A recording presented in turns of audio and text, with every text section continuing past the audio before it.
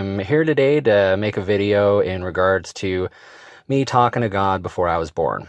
Now, if you watched my testimony on my last couple videos that I put up, I did mention that I spoke to God before I was born, and this is kind of to give you a little bit more clarification on what happened before I came here.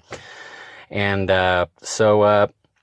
this I've only shared with a few close people to me, mainly just family members, maybe a couple of friends. But I usually only shared it with people that I was close to, just for the simple fact that it is a crazy situation, and I didn't want anybody thinking that I was nuts. And I did write down the information at one of my jobs when I was in between calls because I was thinking about making a book. The papers just kind of sat there. I don't know how to go about publishing a book or anything like that, so it's basically just been kicking it there, not doing anything and not getting out there. So after my wife had created Raw Fulfillment, and I kind of took over and helping out the males in their situations, and just kind of giving a male perspective on things, God put it on my heart to maybe take advantage of this platform to get the story out there, to kind of give a little bit of confirmation that our Creator is real. God is real. And, I am recording this with a dark screen. That's kind of to give you a better idea of how I started out. Everything was pitch black. Everything was pure dark. I recommend for you to maybe even go in a dark room yourself. If you want the best experience, I recommend just close your eyes and listen, because everything was dark, and you can kind of imagine, some of the things that I seen and went through before I came here. So here we go. This is based on events that I hold on to as true.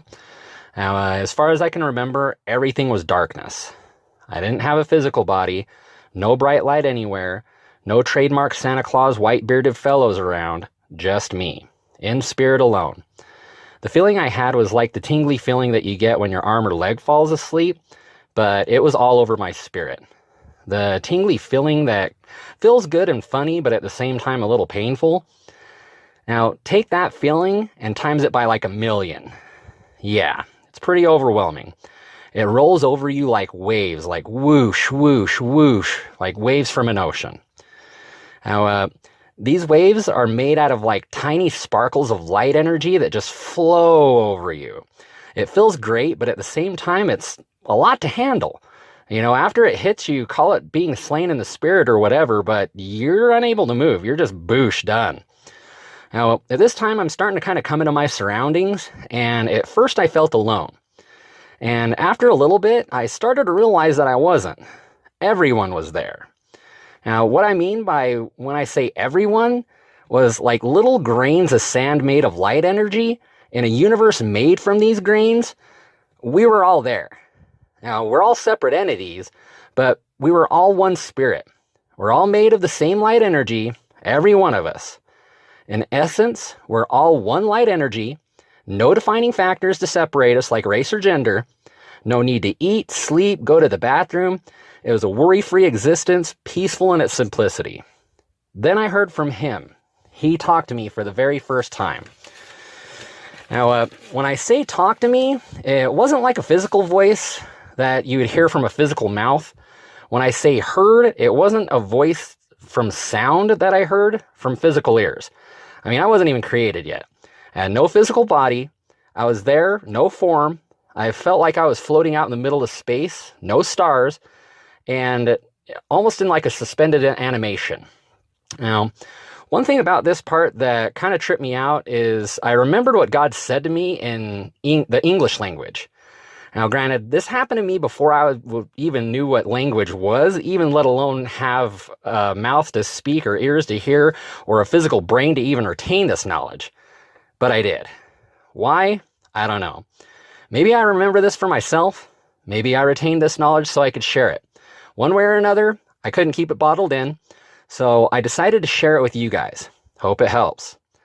Anyway, the voice came to me like it was said telepathically. I heard it like I would have heard anybody else talking to me, and understood it just like anyone else was talking to me. But it was spoke directly to my mind. Now, It sounded male, and that's why I refer to it as him or his. The voice felt like it was coming from behind me to my left side where I was. So it was one voice, but it sounded like more than one voice talking at the same time, saying the same thing at the same time. Almost like he was talking in auto-tune like a lot of famous rappers use. And the voice was big, deep, and somewhat intimidating, kind of like the wizard behind the curtain from The Wizard of Oz. But it wasn't loud and scary. It was more like one person having a calm conversation with another. Now, this is where he started to ask me questions. This part is where Jeremiah 1:5 from the Bible hits me pretty hard. The verse states, "Before I formed you in the womb, I knew you. Before you were born, I set you apart. I appointed you as a prophet to the nations." Now, on this part, I'm going to quote what he said to me and what I said back. He first asked me, "Do you want to be male or female?" I all of a sudden had a vision of a man and a woman, like I was looking through a cloud or a dreamlike flashback. After seeing the man and woman, I felt that I wanted to be a man, but I didn't know if I was going to be one or not. I didn't have to answer him back because it felt like he already knew how I felt and what I wanted without me needing to reply. He left it vague, but must have known that I wanted to be a male, but I never had a solid answer on what I was going to be. So at this point, a lot of these next questions I answered right down the middle. I didn't want to answer any of the questions wrong, but also had explanations for why I answered the way I did. Now, he asked me, "How do you want to be, good or evil?" I answered, "Well, I want to be good because I want people to trust me, but I don't want to be too good that people think that I'm better than them." He then asked me, "How do I want to look?" I said, "Well, I want to look beautiful." I remember using the word beautiful, but not too beautiful to where people will think I'm better than them. I also don't want to be too ugly because I don't want people to shun me. He then asked me, "Why do you want to go?" I replied, "To become more like you and to see if my people are still worth saving." I remember saying my people in the context of us being one people and out of curiosity of how us people were in general, not my people as in taking ownership. Like, I totally assure you, I'm not your savior, nor will ever I pertain to be. That role is reserved for the one being that I seen there. But I will get to that here in a bit. The next question he asked me was, "Why do you want to become more like me?" I replied, "Why wouldn't I? You created me. Why wouldn't I want to become more like you?" He was the only thing I'd ever known. I had no knowledge of anything or anyone else. He obviously loved me enough and took the time to create me in the first place. Why wouldn't I want to adopt the qualities of what created me in the first place? Then he asked me, "What if you don't make it back?" And for the first time in my existence, I felt pride. I replied, "I will." He asked me, "How can you be so sure?" I replied, "Because as long as I have you, anything's possible." I had pride in the fact that whatever created me had the power to do anything and that I was indeed helpless without it. The question was, in the last regards to my creation, I was then shown another vision of Earth from space. Now, this was not a cloudy vision. I could see the entire planet like it was being held up in front of me, and that was when I looked to my right. Now, when I looked to my right, I had seen a figure there shaped like a man, but he was huge. But at the same time, he had the same build of like a slender, middle-aged man. Now, he had the shape of a man, but was made of countless little tiny lights like gold sparkling glitter. It was then when I realized that at this point, he was made of us. All of us, like little tiny lights, made this one being. Then I looked to my left in front of me, actually straight ahead of me, and the earth was gone. And there was a tiny dot in the middle of nowhere surrounded by darkness. Without saying it, I kind of knew that this is where people went that didn't make it back. All of a sudden, I felt extreme sadness for my very first time. I looked to my right again, and it was like the being that was there shared with me how he felt when someone was lost. He felt helpless and full of sorrow. That extreme sadness would make even the toughest, strongest, and most cold-hearted person break down in tears. It was almost like he was crying. Now, I'm not an amputee or anything like that. I haven't lost a limb, but the loss felt kind of the same way. I believe it would be somewhat relatable. Every person lost affects him every time the same way. I mean, it's like losing a hand or a foot. Sure, you can live without it, but that was your limb, just for you. It can never be replaced. There is and will never be anything like that limb. And this sorrowful feeling happens repeatedly every time someone's lost. We're literally like cells to this being. Now, at this point, you're probably wondering why I haven't referred to this voice as God or the being as Jesus. It's because I now believe that is who they are, but at the time, from my perspective, there are no titles given for them. They never introduced themselves by name. It didn't say, "Hi, I'm God," or "Hi, I'm Jesus Christ." At the time, it didn't seem like they needed to. I kind of just knew and appreciated who they were. I didn't need a name to understand that the being made me, nor did I even know what a name or title even was. Anyway, at this point, I was curious about the small tiny light in the darkness and what it looked like. The being shared a feeling that it didn't want me to go there and couldn't send me there. It didn't even really want to show me what was there because, it is just too overwhelming. But this is when I had another cloudy, dreamlike, flashback type vision. And at this point, I was there in spirit. I sensed other spirits around me, like a lot of them. And it looked like a bunch of human beings. And I was standing in a crowded, just ground. The ground was dry. It was cracked, almost like a dried up desert. All around me was a vortex of fire. It went all the way through the sky like a big circle. Like all of our atmosphere was just fire. But the fire that was around me, it didn't go through the ground. It actually went all over the land. Now, the sky was a wall of fire. All of everything was just a wall of fire from, the ground all the way up until the sky. If you look straight up, it was just all fire. And it rolled like a circle. The fire went over and through the land in a continuous wave. This fire rushed through every spirit that was standing on the ground. It was like a never-ending stream of fire that just went through all the spirits there. Now, I didn't feel any pain from the wave of fire, but I could feel the rush of it flowing through my spirit.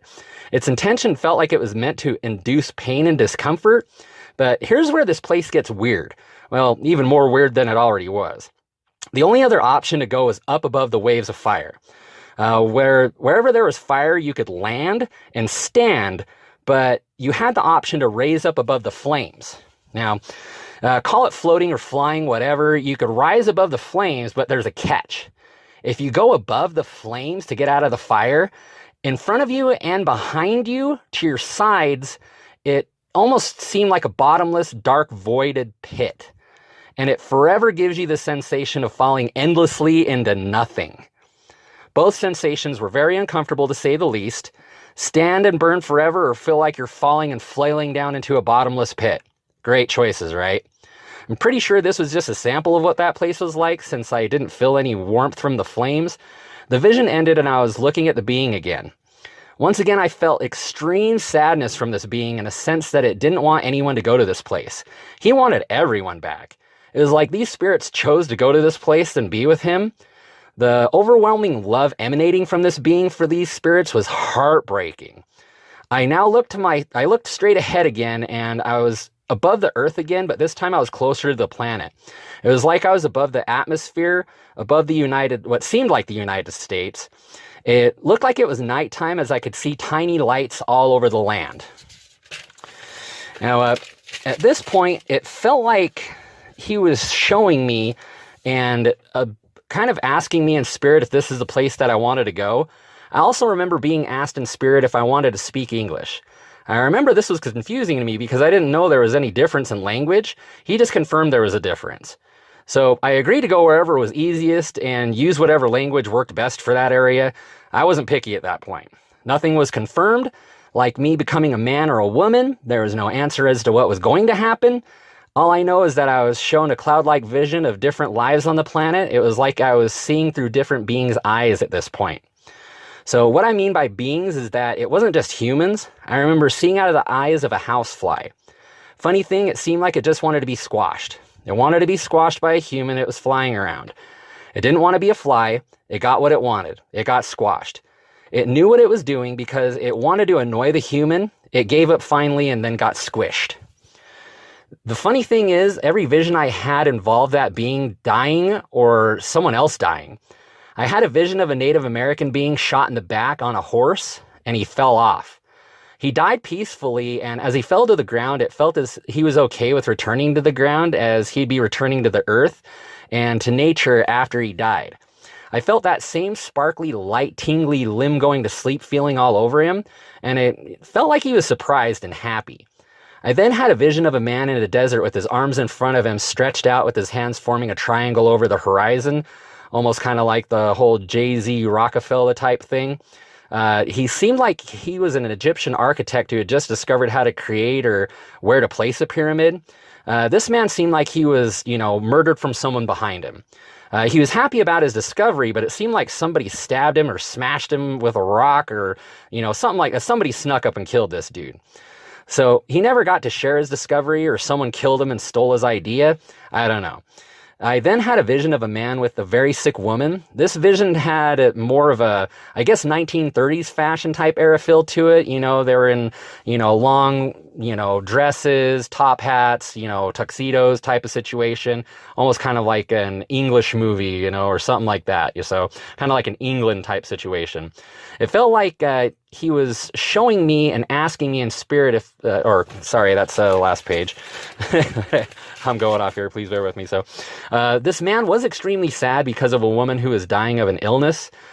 This man loved this woman with every fiber of his being. Knowing she was dying, he wanted to die too. There were others there. I believe one was a doctor who told this man that she passed away. This woman, before she passed, told this man to move on and not to follow her. I believe he didn't listen. It felt like this man committed suicide as he didn't want to live without her. I then had a vision of a man being held down on his back, and he was looking to his left as a man pulled his left arm out of his socket and drove an iron spike through this man's hand. They intentionally hurt him, and it was at that particular spot because that's where they wanted to put his hand, and he was lifted up in front of a crowd of people. A lot of them seemed very angry at him. He looked down at the crowd, and at the very middle of the center, he's seen his mother. It felt like he didn't want her to be there to see him like that. The sky was gray like a cloudy day, but it wasn't raining. It also felt like this man extremely loved people. He wasn't dying, and he was hoping to be let down because there were so many more people he wanted to help. Something helped kill this man. He did not and was not able to come back down. It felt as if this man gave up as he had no other choice but to die. I believe this was a vision of Jesus' death at the cross. I then had a vision of a deer. It didn't want to be a deer. It felt like it was stuck being a deer and had no other choice to live that existence. It was eaten by a wild cat. It felt unfair, almost as if the deer commit suicide and didn't care if the cat attacked it. I then had a vision of a woman on her back with her legs open. It felt as though she had just got done having sex with the man. As the man was getting up off the bed, she was laying on her back. She didn't like the man, but he took care of her. And he must have known something, or, she did something, but because he came back and shot her with a pistol. She didn't want to die, but this woman was murdered. This was the last of the visions I had of other people. At this point, I now had another vision. This time, it was a flashback, but this time I was inside a spirit that didn't have a physical body. It almost felt childlike, almost like a cherubim angel. It was playfully laying on the ground on its stomach. I looked up at a middle-aged man, and for the first time ever, I felt sin. A tremendous amount of it. It was like a thick black smoke with tiny black dots emanating from this man. This man had tiny black dots all over him. It was very overwhelming, and it was at this point the voice said to me in spirit that this man was going to be my father. Due to the immense amount of sin surrounding this man, I didn't want this man as my father. In my spirit, I cried out, "No!" Then the voice told me in spirit, "It has to be this way." I was now in a new dreamlike, cloudy flashback type of vision. This time I was inside something that had a physical shape of a human, but it was a spiritual form. This thing was indestructible. You may have seen the picture on Raw Fulfillment. I came up with the idea to put that up there because it's somewhat relatable. I mean, you could have shot a bullet at this thing and it would have just passed right through it. I lifted up its hands and arms to kind of look and see what I was in. It moved its arms up like would move my arms up, and I looked at him. It was made of a yellowish orange see-through energy. It had flashes of blue and white lightning shooting through it, and also it had like a grayish white cloudy smoke inside of it just floating around. Now I looked forward, and it was nighttime, and in the distance, I was outside, and it looked like I was in a field with green grass everywhere. In the distance, I seen a faint, small, dark figure of a person. In a flash of light, I was right next to the person. It was a female who was laying flat on the ground on her back. I was kneeling down by her left side with my arms stretched out toward her. I could feel energy flowing out from my arms as I waved them over her body. I also felt a wave of energy as I exhaled air like a whoosh over her. It felt as if this energy and breath was designed to relax and to put this female at peace. I then leaned over and whispered something into her ear. I don't remember what was whispered to this female. Now, everything was pitch black again. I looked to my right and felt the presence of someone, though out of all of this, I strangely enough felt that I had some mentality and personality that I have now at that time. I felt the presence of a feminine spirit that seemed worried, concerned, and sad that I was leaving. It felt as if this spirit was my soulmate. I felt in my spirit that the spirit asked me, "Are you leaving?" I then had another cloudy, dreamlike vision. I was in a place that looked like a typical version of what people think heaven might look like. It was almost Romanistic in nature. It had clear blue skies with pure white clouds everywhere. The ground I was on seemed solid, but was made of these same clouds. There was a crowd of humans everywhere, and all of them were naked. There was a big white Roman Greek-style building in the background that was a little left of my sight. It had white pillars and everything. So if you're thinking like Roman Caesar, type era, pure white building. And there was a young woman, and she was standing inside a tall glass box. And it almost looked like it didn't even have no doors on it or anything like that. And she was in off-white robes. So it wasn't like pure white, but they still looked white. And she was crying hysterically. She kept yelling, "I'm sorry, I'm so sorry." It was then I realized what I was inside of. I was inside a goat that had 7 eyes.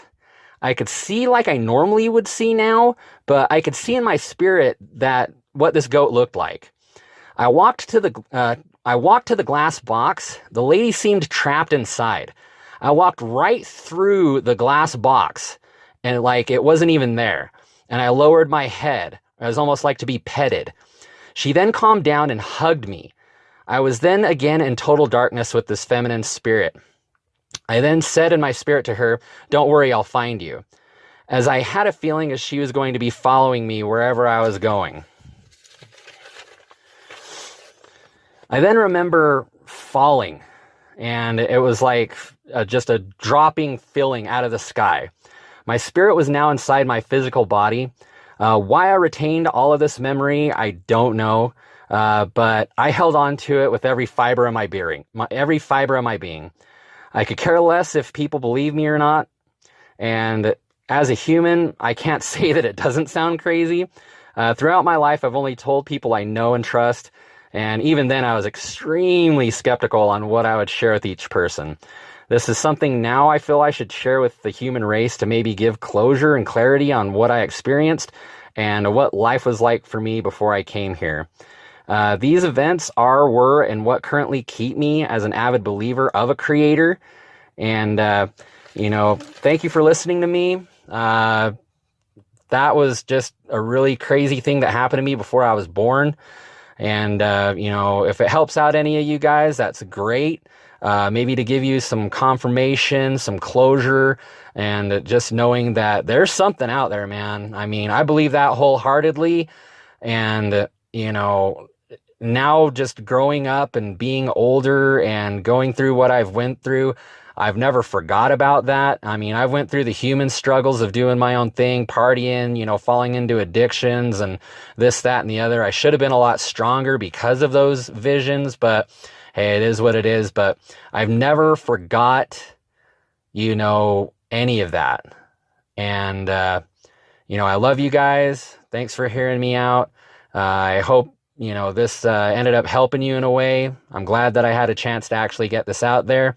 Hopefully to hear more from you guys, and God bless you, and Jesus loves you.